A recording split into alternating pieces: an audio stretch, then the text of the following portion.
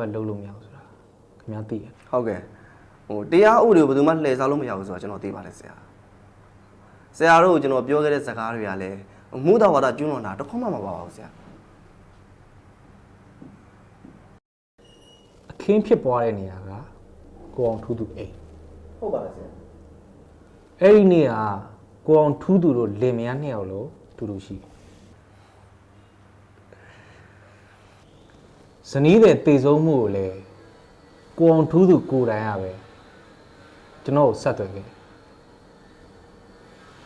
ကျွန်တော်တို့လာရောက်စစ်ဆေးတဲ့အချိန်မှာ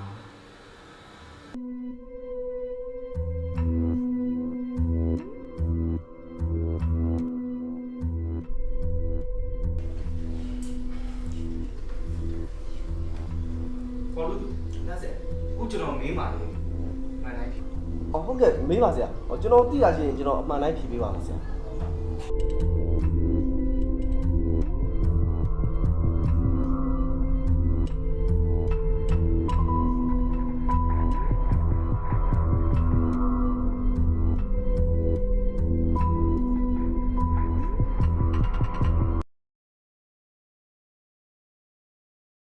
ကောင်းလို့သူဇနီးတဲ့တယောက်လုံးရရဆက်ဆက်အသက်ခံလာတာခဏနည်းနည်းလေးမှအပြုံးမပြတ်ဟုတ်ပါလေဆရာကျွန်တော်အပြုံးမပြတ်ပါဘူးဆရာ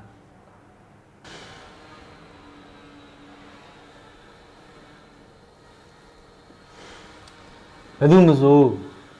ကို့မိန်းမတယောက်လုံးရရဆက်ဆက်အသက်ခံရတယ်ပြုံးပြီးကြည့်မနေနိုင်ဘူးအနည်းဆုံးတော့ဝမ်းနေတဲ့ရိပ်ရောင်တော့ပြအောင်ကိုအောင်ထူးသူဟာဝမ်းနေမနေတဲ့အပြင်ပြုံးလို့ရဲလို့ပါလားဆရာရဲ့သစ္စာမရှိဖောက်ပြန်တတ်တဲ့လူတယောက်တည်ဆုံးတာကျွန်တော်ကငိုကြွေးနေစရာပူဆွေးတော့ရောက်နေစရာလိုလားဆရာ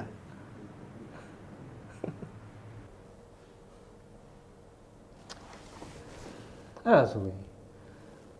ဆိုလိုတာကိုအောင်ထူးသူရဲ့ဇနီးဟာ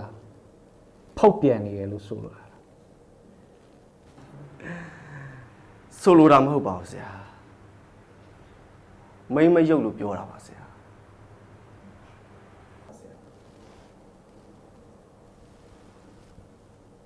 အဲ့လိုဖောက်ပြန်နေပါတယ်ဆိုတော့တတ်တယ်ဟောလို့သူမရှိတယ်သိရှိတာဗောဆရာသိရှိတာ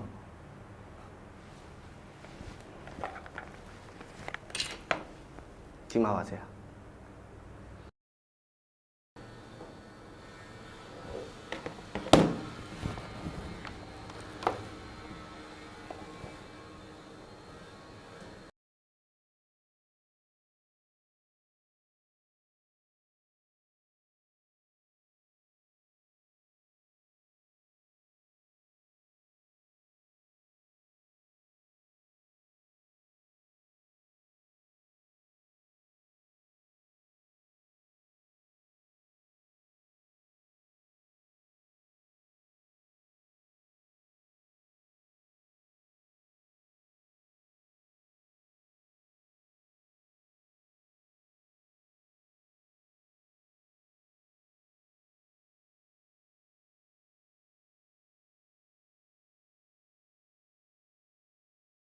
ဘောသားအလျောက်တက်မိရဆိုတာဝင်ခံတယ်ပေါ့ကျွန်တော်မတတ်ပါဘူးဆရာဒီမှာဘောင်လို့သူခင်ဗျပြောင်းလဲနေတာပဲတရားဥပဒေကိုလှည့်စားလို့ရမယ်ခင်ဗျထင်နေရတာမထင်ပါဘူးဆရာတန်မိုးမရှိတဲ့လူကျင့်ဝတ်တရားနဲ့မပြည့်စုံတဲ့လူတယောက်တွေကျွန်တော်ဘာယူအကျိုးမဲ့စွာအဆုံးရှုံးမခံနိုင်ပါဘူးဆရာ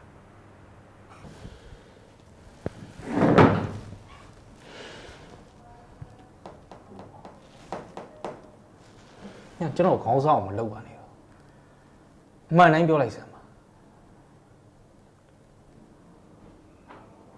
ဆရာလူတယောက်ကဆရာကိုတွေ့ဝင်တော့နေဆရာတည်ဆုံးသူရဲ့အကိုလို့ပြောပါတယ်တော်လိုက်ဟုတ်ကဲ့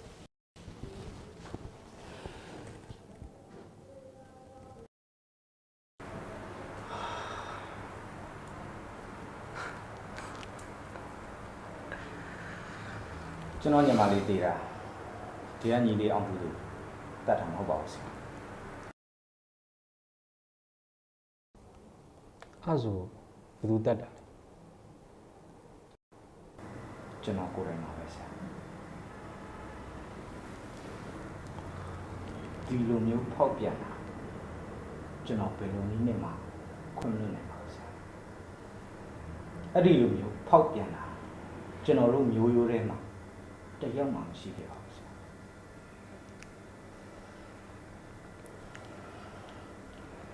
အဲ့ဒါကြောင့်ကျွန်တော်ကိုယ်တိုင်တတ်လိုက်တာပါဆရာ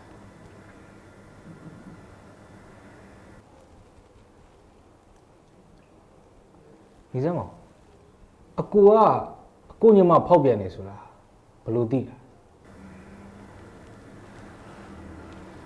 အဲ့ဒါ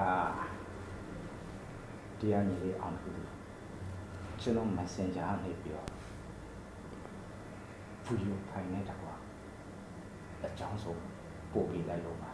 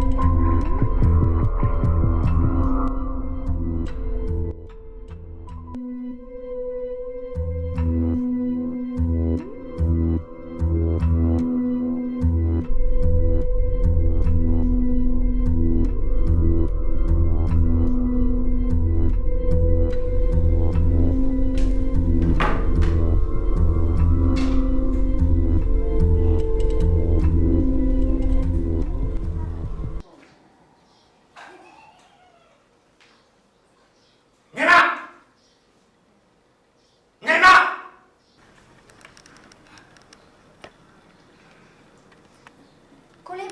ဘာဖြစ်လာလဲ ကျွန်တော်ပြောပါတယ်ဆရာ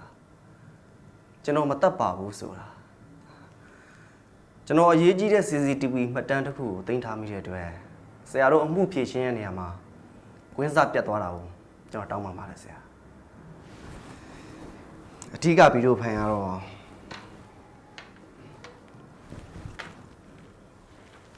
ဒီမှာပါဆရာ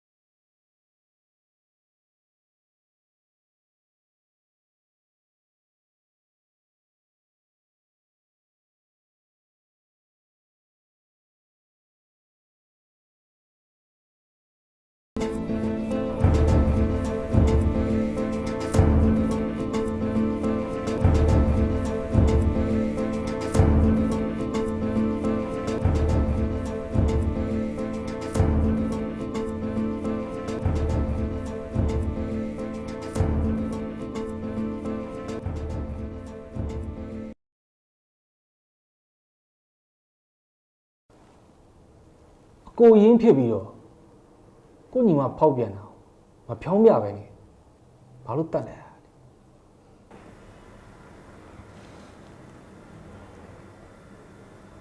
မိသားစုဂုံတိတ်ခါတော့ပါဆရာ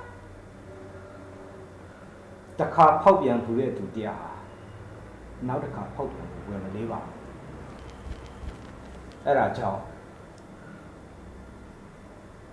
တက်လိုက်တာအကောင်းဆုံးပါပဲဆရာ အဲ့ဆိုကိုအောင်ထူးသူရောဇနီးတစ်ယောက်လုံးဖောက်ပြန်နေတာဘာလို့ပြုံးပြုံးလေးနေလဲ ကျွန်တော်တိရှင်တော့တတ်မိတော့မလို့ပါပဲဆရာဒါပေမဲ့ကျွန်တော်တို့မြတ်ဗုဒ္ဓဟောကြားခဲ့တဲ့ ဒေါသကိုရှေ့တန်းတင်မှားတတ်တယ်ဆိုတဲ့အရာကို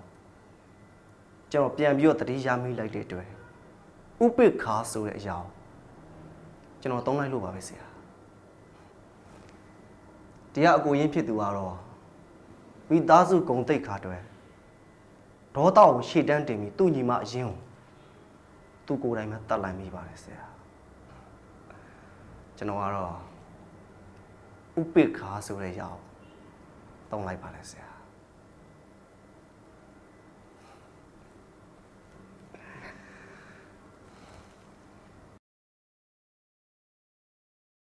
လူလောကလူဘဝမှာလူရည်လို့မွေးဖွားလာခဲ့ရင်လူကျင်ဝင်နဲ့နေနိုင်ရပါမယ်လူကျင်ဝင်နဲ့မပြည့်စုံတဲ့လူတစ်ယောက်ဟာတရိษံနဲ့အတူတူပါပဲ